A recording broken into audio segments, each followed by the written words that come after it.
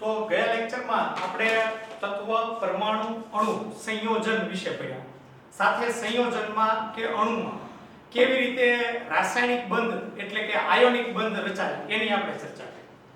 મેં ગયા લેક્ચરમાં વાત કરી હતી કે સામાન્ય રીતે તત્વના પરમાણુઓ બે પ્રકારે રાસાયણિક રીતે જોડાતા હોય. એક આયોનિક બંધ સ્વરૂપે અને બીજું છે સહસંયોજક બંધ સ્વરૂપે. આજ આપણે જે ચર્ચા કરવાની છે એ સહસંયોજક બંધ તત્વના પરમાણુઓ વચ્ચે કેવી રીતે રચાય આપણે એની ચર્ચા કરવાની છે. એની પહેલા આપણે એ સમજવું જોઈએ કે કયા પ્રકારના પરમાણુઓ સહસંયોજક બંધ રચી શકે. બધા પ્રકારના પરમાણુઓ સહસંયોજક બંધ ન રચી શકે. આપણે પહેલા એ સમજવું પડે કે કયા પ્રકારના પરમાણુઓ સહસંયોજક બંધ છે રચી શકે. તો આપણે એક ઉદાહરણથી સમજીએ. દાખલા તરીકે હાઇડ્રોજનનો પરમાણુ.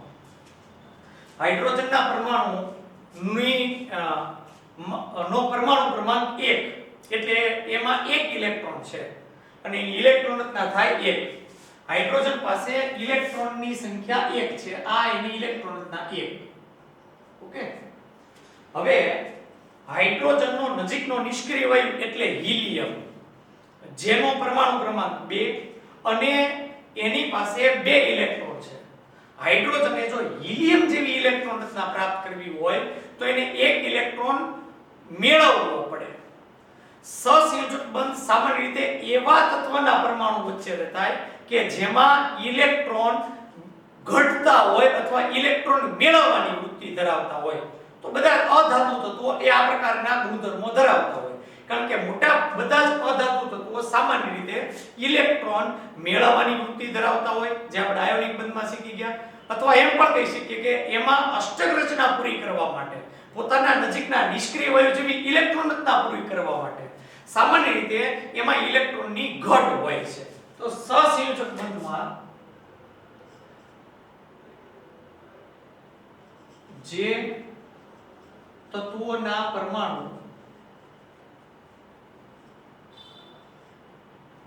માં ઇલેક્ટ્રોન ઘટતા હોય તેના વચ્ચે સહસંયોજક બંધ બને છે.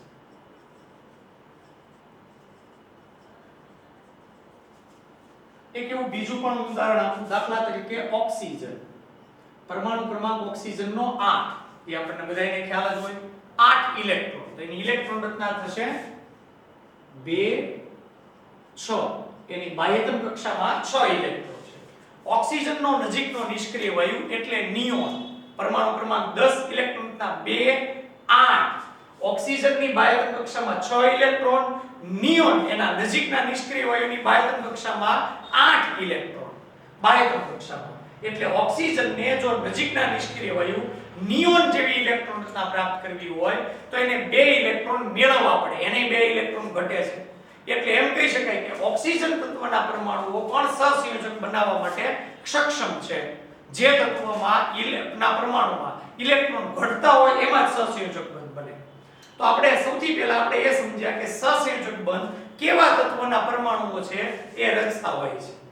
બીજી આપણે વાત કરીએ કે સહસંયોજક બંધ રચાય કેવી રીતે. આની પહેલા આયોનિક બંધ હતો. તો એમાં આયોનિક બંધમાં બે પ્રકારના આપણે તત્વો જોયા હતા. એક એવા તત્વો કે જે ઇલેક્ટ્રોન તત્વના પરમાણુ કે જે ઇલેક્ટ્રોન વધારાના છે એટલે એ ગુમાવીને ધન આયન બને છે. અને બીજા એવા તત્વના પરમાણુ કે જેને ઇલેક્ટ્રોન ઘટે છે એટલે ઇલેક્ટ્રોન મેળવીને ઋણ આયન બને છે. પણ અહીંયા તો એવા જ તત્વો આપણે લેવાના છે કે જે ઇલેક્ટ્રોન ઘટતા જ હોય, જેને ઇલેક્ટ્રોનની ઉણપ છે. તો સહસંયોજક બંધ કેવી રીતે રચાય એક આપણે ઉદાહરણ દ્વારા સમજીએ. દાખલા તરીકે અત્યારે તો આ લોકડાઉન છે એટલે ક્રિકેટ રમવાનો કઈ પ્રશ્ન જ નથી. પણ માની લો કે તમે અને તમારો મિત્ર બે ક્રિકેટ રમવા માટે બહાર નીકળો છો. તમારા પાસે બેટ છે, બોલ નથી. એટલે તમે તમારા મિત્રને કહેશો કે ભાઈ મારી પાસે બેટ છે પણ બોલ નથી, તું એક કામ કર, તારા ઘરે જો બોલ હોય ને તો બોલ લેતા આવ, તો આપણે ક્રિકેટ રમી શકીએ. પણ તમારો મિત્ર છે એ તમને એવું કહે છે કે ભાઈ બોલ તો મારા ઘરે નથી. હવે દડા વગર ક્રિકેટ તો રમી ન શકાય એકલા બેટથી. એટલે તમારા બે વચ્ચે ચર્ચા થશે કે ભાઈ આપણે હવે બોલ વગર તો ક્રિકેટ કેમ રમવું, દડો તો છે જ નહીં. એટલે તમારા બે વચ્ચે ચર્ચા થતા અંતે તમે એવો નિર્ણય લ્યો છો કે આપણે એક કામ કરીએ, તારી પાસે જો અત્યારે હાલ પૈસા હોય તો તું પૈસાથી બોલ દડો લઈ લે, આપણે દડાથી ક્રિકેટ રમીએ. એટલે તમારો મિત્ર છે એ કે કાઈ વાંધો નહીં, ખીચામાં એ હાથ નાખે છે, ટેનિસનો બોલ માની લો કે 50 રૂપિયાનો આવે છે, પણ ખીચામાં હાથ નાખતા એની પાસે 25 રૂપિયા નીકળે છે, પૂરા 50 રૂપિયા નીકળતા નથી. હવે એ તમને એવું કહે છે કે ભાઈ મારી પાસે બોલ લેવા માટે પૂરતા પૈસા નથી, 50 રૂપિયા પૂરતા નથી, 25 રૂપિયા જ છે. હવે શું થશે? એટલે તમે પણ કહેશો કાઈ વાંધો નહીં, એક કામ કરું છું, મારી પાસે પૂરતા પૈસા હોય તો આ વખતે હું બોલ લઈ લઉં છું, પછી જ્યારે બોલ ખોવાઈ જાય કે ફાટી જાય તો આપણે નવો બોલ આવતા વખતે તું લેજે. તમે પણ ખીચામાં પૈસા હાથ નાખો છો પૈસા કાઢવા માટે, પણ તમારા ખીચામાંથી માંડ કરીને 25 રૂપિયા નીકળે છે, તમારી પાસે પણ એ બોલ લેવા માટે પૂરતા પૈસા નથી. હવે તમે બંને મિત્રો એવા મિત્રો ભેગા થયા કે જે બંનેને ક્રિકેટ રમવા માટે બોલની જરૂર છે, બોલ નથી, બોલ ખરીદવા માટે તમારા બંનેમાંથી કોઈ પણ એક પાસે પૂરતા પૈસા નથી. એટલે હવે તમે બંને વચ્ચેનો રસ્તો કાઢશો. જો તમે બંને એવા વ્યક્તિ ભેગા થયા કે જે બંનેને જે વસ્તુની જરૂર છે એ બંને પાસે એટલી પૂરતી વસ્તુ નથી અથવા પૈસા ઘટે છે, બંને પાસે પૈસા ઘટે છે. હવે તમે બંને વિચાર કરીને એમ એક તારણ ઉપર આવો છો, એક કામ કરીએ, 50 રૂપિયાનો બોલ આવે છે તો 25 રૂપિયા તારી પાસે, 25 રૂપિયા મારી પાસે છે, તો આપણે 25 રૂપિયા ભેગા કરી નાખીએ, બે ભાગીદારી કરીએ પૈસાની, અને 50 રૂપિયા થઈ જાય તો એનો તો આપણને બોલ મળી જાય. તો આ રીતે જે તમારી પાસે બંને પાસે પૈસા બોલ લેવા માટે પર્સનલી પૈસા ઘટતા હતા તો તમે શું કર્યું? પૈસાની ભાગીદારી કરીને જે ક્રિકેટ રમવા માટેનો બોલ છે એ ખરીદ્યો. એવું જ જે તત્વના પરમાણુમાં ઇલેક્ટ્રોનની ઘટ છે, ઇલેક્ટ્રોન મેળવવાની વૃત્તિ ધરાવે છે, એવા તત્વના પરમાણુ પણ આ જ રીતે ઇલેક્ટ્રોનની ભાગીદારી કરે છે. અને આ ઇલેક્ટ્રોનની ભાગીદારીથી જે બંધ રચાય એને બોલવામાં આવે છે સહસંયોજક બંધ. તો આપણે એક ઉદાહરણ દ્વારા સહસંયોજક બંધ સમજીએ. આપણે સમજીએ હાઇડ્રોજનના અણુમાં સહસંયોજક બંધ. H2 અણુમાં સહસંયોજક બંધ.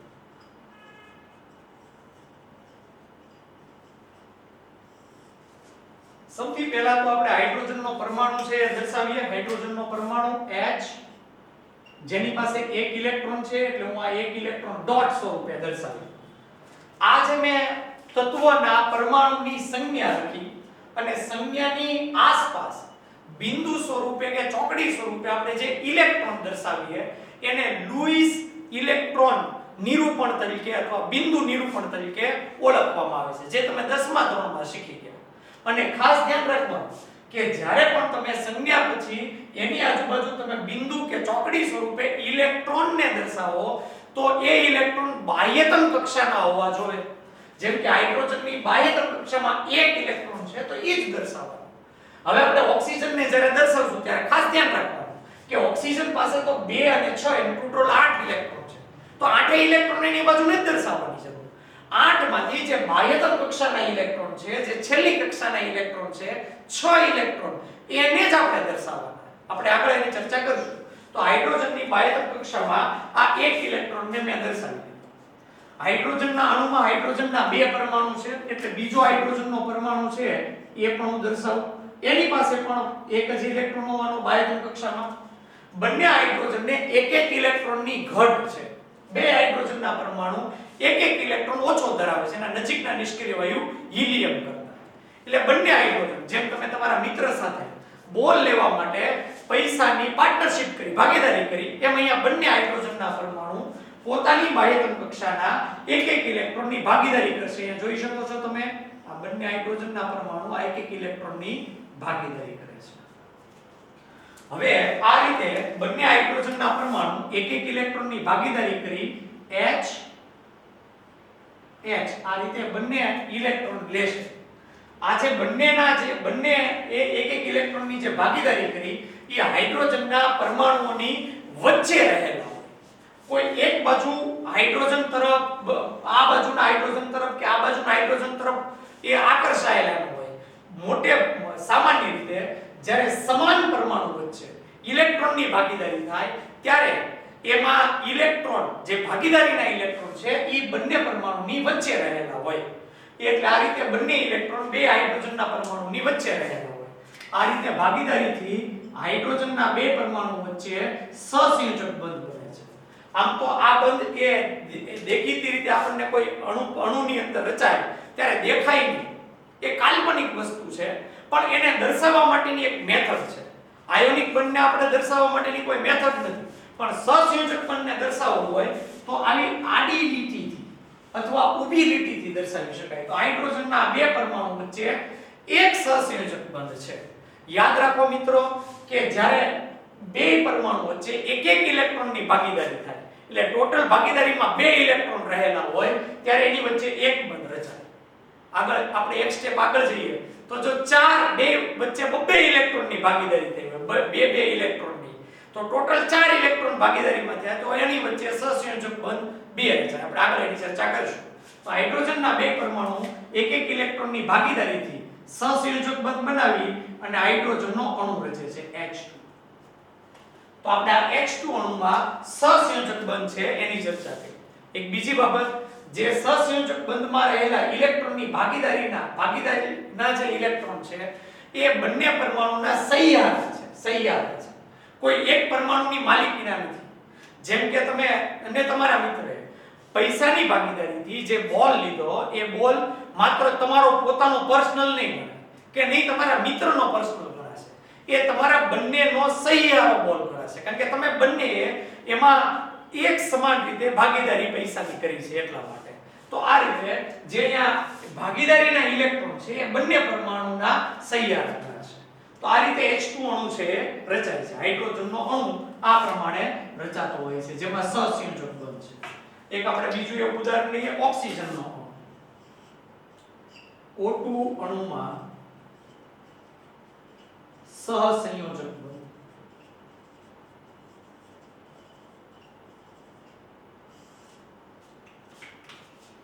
તો ઓક્સિજનના અણુમાં ઓક્સિજનના બે પરમાણુ છે. આપણે ઓક્સિજનનો એક પરમાણુ દર્શાવીએ. બાહ્યતમ કક્ષામાં 6 ઇલેક્ટ્રોન છે. એ 6 ઇલેક્ટ્રોનને હું દર્શાવી દઉં. 1 2 3 4 5 અને આ 6 ઇલેક્ટ્રોન. ઓક્સિજનના અણુમાં બે ઓક્સિજનના પરમાણુ છે, એટલે બીજો ઓક્સિજનનો પરમાણુ પણ હું દર્શાવી દઉં. એની પાસે પણ 6 જ ઇલેક્ટ્રોન હોવાના. 1 2 3 4 5 અને 6. હવે આપણે પહેલા સમજવું પડે કે ઓક્સિજનને એના નજીકના નિષ્ક્રિય હોય નિયોન જેવી ઇલેક્ટ્રોન રચના પ્રાપ્ત કરવી હોય તો કેટલા ઇલેક્ટ્રોન ઘટે? 2 ઇલેક્ટ્રોન ઘટે. એટલે આ બંને ઓક્સિજનના પરમાણુ બબ્બે ઇલેક્ટ્રોનની ભાગીદારી કરશે. જો આ જે બંને ઓક્સિજનના જે બબ્બે ઇલેક્ટ્રોન છે એની બંને ઓક્સિજનના પરમાણુ ઇલેક્ટ્રોનની ભાગીદારી કરશે. તો આ ઓક્સિજનના પરમાણુના ટોટલ ગણો ઇલેક્ટ્રોન 8 થઈ ગયા. આ ઓક્સિજનના પણ બધા ઇલેક્ટ્રોન ગણો તો ટોટલ એના પણ જે આ ભાગીદારીના 2 અને 2 4 ઇલેક્ટ્રોન છે એ બંને ઓક્સિજનના સહિયારા ગણાશે. તો આ રીતે આ ઓક્સિજનના પરમાણુઓ એકબીજા સાથે ભાગીદારી કરીને સહસંયોજક બંધ બનાવશે. અગાઉ મેં ચર્ચા કરી એમ બે એ ટોટલ 2 ઇલેક્ટ્રોનની ભાગીદારી કરી, એટલે આ 2 ઇલેક્ટ્રોનની ભાગીદારીથી એક સહસંયોજક બંધ બને અને આ બીજા 2 ઇલેક્ટ્રોનની ભાગીદારીથી આ બીજો સહસંયોજક બંધ બને. આમ ઓક્સિજનના અણુમાં આ પ્રમાણે ઓક્સિજનના પરમાણુઓ વચ્ચે બે સહસંયોજક બંધ રચાય છે એમ આપણે કહી શકીએ. તો આ રીતે O2 અણુની રચના છે એ આ પ્રમાણે થતી હોય છે. તો અહીંયા આગળ આપણે સહસંયોજક બંધમાં H2 અણુની રચના અને O2 અણુની રચના છે એ હવે આપણે સમજ્યા. હવે આપણે ત્રીજું ઉદાહરણ એવું લેવાનું કે જેમાં જુદા જુદા તત્વોના પરમાણુ વચ્ચે સહસંયોજક બંધ રચાય. જેમ કે આપણે ઉદાહરણ લઈએ H2O એટલે કે પાણીમાં સહસંયોજક બંધ.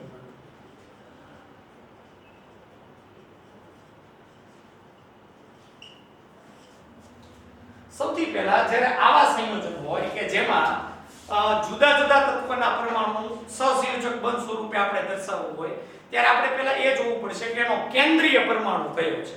કેન્દ્રીય પરમાણુ એટલે જેની સંખ્યા સૌથી ઓછી હોય, જે તત્વના પરમાણુની સંખ્યા. તમે H2O માં જુઓ તો હાઇડ્રોજનના 2 પરમાણુ છે અને ઓક્સિજનનો 1 પરમાણુ છે. તો કોની સંખ્યા ઓછી? સ્વાભાવિક છે, ઓક્સિજનની સંખ્યા ઓછી છે. એટલે ઓક્સિજન આ H2O માં કેન્દ્રીય પરમાણુ છે. તો આપણે સૌથી પહેલા તો ઓક્સિજનને દર્શાવી દઈએ O. એની બાહ્યતમ કક્ષામાં 6 ઇલેક્ટ્રોન એટલે 6 ઇલેક્ટ્રોન હું દર્શાવી દઉં 1 2 3 4 5 અને આ 6 ઇલેક્ટ્રોન. હવે બાકીના તત્વોના પરમાણુ એટલે કે હાઇડ્રોજન, બે હાઇડ્રોજન છે એમાં પહેલો હાઇડ્રોજનનો પરમાણુ આપણે દર્શાવીએ. આ હાઇડ્રોજનનો પરમાણુ આપણે બધાએ અગાઉ જાણી લીધું છે. હાઇડ્રોજનની બાહ્યતમ કક્ષામાં 1 ઇલેક્ટ્રોન છે તો એની બાહ્યતમ કક્ષામાં 1 ઇલેક્ટ્રોન. હાઇડ્રોજનનો ઇલેક્ટ્રોન ઓક્સિજનથી જુદો પડે ને એટલા માટે મેં ચોકડી સ્વરૂપે દર્શાવ્યો. એવું જરૂરી નથી કે ભાઈ ઇલેક્ટ્રોનને બીજા ઇલેક્ટ્રોનને ચોકડી સ્વરૂપે દર્શાવો, પણ આપણે એક જુદો ઇલેક્ટ્રોન એનો દેખાય આવે એટલા માટે મેં થોડું અલગ એની સંજ્ઞા સ્વરૂપે એને દર્શાવ્યું છે. તો અહીંયા હાઇડ્રોજનને 1 ઇલેક્ટ્રોન ઘટે છે, ઓક્સિજનને 2 ઇલેક્ટ્રોન ઘટે છે, પણ અહીંયા હાઇડ્રોજનને 1 ઇલેક્ટ્રોન જ ઘટે છે. એટલે હાઇડ્રોજનનો આ પરમાણુ ઓક્સિજનના આ ઇલેક્ટ્રોન સાથે એક ઇલેક્ટ્રોનની ભાગીદારી કરશે. ઓકે, એક ઇલેક્ટ્રોનની આ રીતે ઓક્સિજન સાથે ભાગીદારી કરે છે. આ ઓક્સિજનની આ રીતે હાઇડ્રોજન પાસે થઈ ગયા 2 ઇલેક્ટ્રોન, નજીકના નિષ્ક્રિય હોય છે ઇલેક્ટ્રોનના ઓક્સિજનના ઇલેક્ટ્રોન ગણો તો 1 2 3 4 5 6 અને 7 ઇલેક્ટ્રોન. આ ભાગીદારીના ઇલેક્ટ્રોન બંનેના સહિયારા ગણાશે. ઓક્સિજનને નજીકના નિષ્ક્રિય વાયુ જેવી ઇલેક્ટ્રોન રચના પ્રાપ્ત કરવા એને બાહ્યતમ કક્ષામાં 8 ઇલેક્ટ્રોનની જરૂર છે. અહીંયા ટોટલ છે 7 ઇલેક્ટ્રોન એટલે હજી ઓક્સિજનને 1 ઇલેક્ટ્રોન ઘટે છે. ઓકે, કાઈ વાંધો નહીં. H2O માં બીજો એક હાઇડ્રોજનનો પરમાણુ પણ છે એટલે બીજો હાઇડ્રોજનનો પરમાણુ જેની બાહ્યતમ કક્ષામાં 1 ઇલેક્ટ્રોન છે. એ હાઇડ્રોજનનો પરમાણુ આ ઓક્સિજનના 1 ઇલેક્ટ્રોન સાથે ઇલેક્ટ્રોનની ભાગીદારી કરશે. આ રીતે આ બીજો હાઇડ્રોજનનો પરમાણુ છે એના 2 ઇલેક્ટ્રોન થઈ ગયા અને ઓક્સિજનના હવે તમે ગણી લ્યો તો બંને હાઇડ્રોજન સાથેના સહિયારા 2 ઇલેક્ટ્રોન અને પોતાના બીજા 4 ઇલેક્ટ્રોન ટોટલ 8 ઇલેક્ટ્રોન છે એ ઓક્સિજનની બાહ્યતમ કક્ષામાં પૂર્ણ થઈ ગયા. તો આ રીતે પાણીના અણુમાં ઓક્સિજનનો એક પરમાણુ હાઇડ્રોજનના 2 પરમાણુઓ સાથે સહસંયોજક બંધ એટલે કે ઇલેક્ટ્રોનની ભાગીદારીથી સહસંયોજક બંધ રચે છે. થોડું આપણે એને ડિટેલમાં સમજીએ. ઓક્સિજનનો પરમાણુ એને હાઇડ્રોજનના એક પરમાણુ સાથે એક ઇલેક્ટ્રોનની ભાગીદારી કરી એટલે હાઇડ્રોજનના પરમાણુ સાથે એક સહસંયોજક બંધ બનાવશે. એમ અન્ય બીજા હાઇડ્રોજનના પરમાણુ સાથે પણ એને એક ઇલેક્ટ્રોનની ભાગીદારી કરી એટલે બીજો હાઇડ્રોજનના પરમાણુ સાથે પણ એ સહસંયોજક બંધ બનાવશે. આમ ઓક્સિજનનો પરમાણુ પાણીના અણુમાં 2 હાઇડ્રોજન સાથે એક સહસંયોજક બંધ બનાવે છે એમ આપણે કહી શકીએ. બીજી એક મહત્વની ઓક્સિજનના તમે આ જો 1 2 3 અને 4 ઇલેક્ટ્રોન છે ઈ 4 ઇલેક્ટ્રોનને બંધ બનવામાં ભાગ નથી લીધો એટલે કે એને ભાગીદારીમાં ભાગ નથી લીધો. તો પરમાણુની બાહ્યતમ કક્ષાના એવા ઇલેક્ટ્રોન કે જેને આવા સહસંયોજક બંધ બનવામાં ભાગ ન લીધો હોય એને અબંધકારક ઇલેક્ટ્રોન યુગ્મ તરીકે ઓળખવામાં આવે છે.